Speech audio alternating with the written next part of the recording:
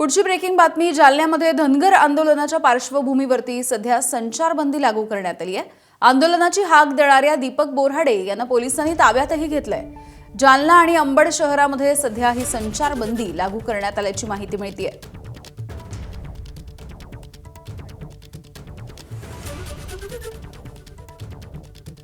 आज आम्ही स्मारकापाशी आलो। स्मारकाची आम्ही ही जी माती ती दल्ली अहिल्यादेवी होळकरांच्या स्मारकाशीच घेतली आणि हीच मातीची शपथ घेऊन हा संपूर्ण धनगर समाज 21 तारखेला जे आंदोलन होणार आझाद मैदानला ते दीपक भाऊ बोराडेच्या नेतृत्वाखाली होणारच।